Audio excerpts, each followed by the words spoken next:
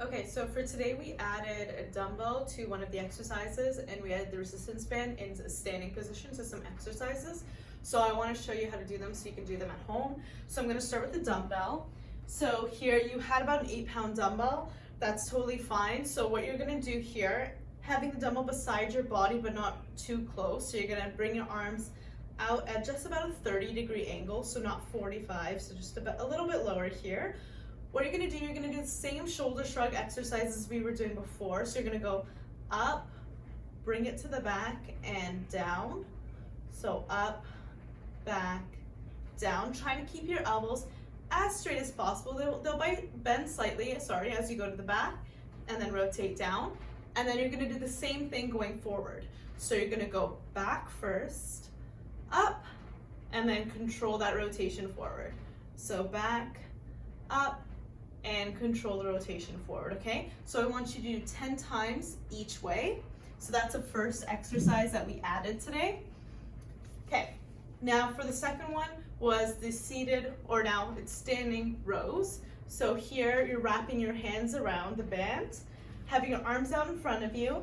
You're gonna pull the band, squeeze the shoulder blades in together, and then relax back forward.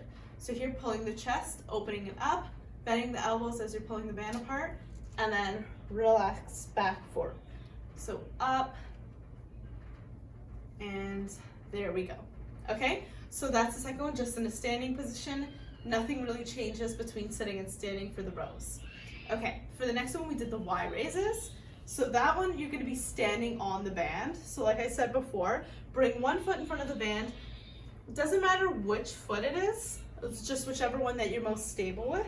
Here, holding the band on each end, you're gonna be pulling up, squeeze the shoulder blades in together, and bring it back down.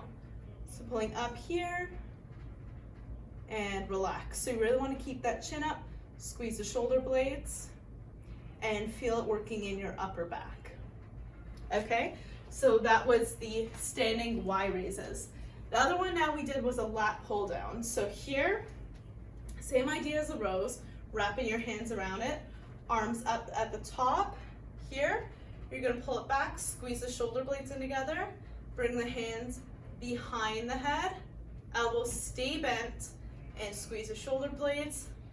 And I'm just gonna also show you from a side angle here. So up, bring behind, squeeze the shoulder blades in. And good, we'll do one more just to show you here. And perfect. So for the other ones, you don't need a resistance band. Those were the thoracic rotations. I just want to show you what that looks like here in a standing position. So remember when I said if your left leg is in front of you, that's the arm that's opening up. So you're going to be in a little bit of a lunge here. So slight lunge, left knee is bent, back leg is straight. Here, you're going to open up, reach, follow the hand to the wall, and back forward. So really stretch it open, the left side,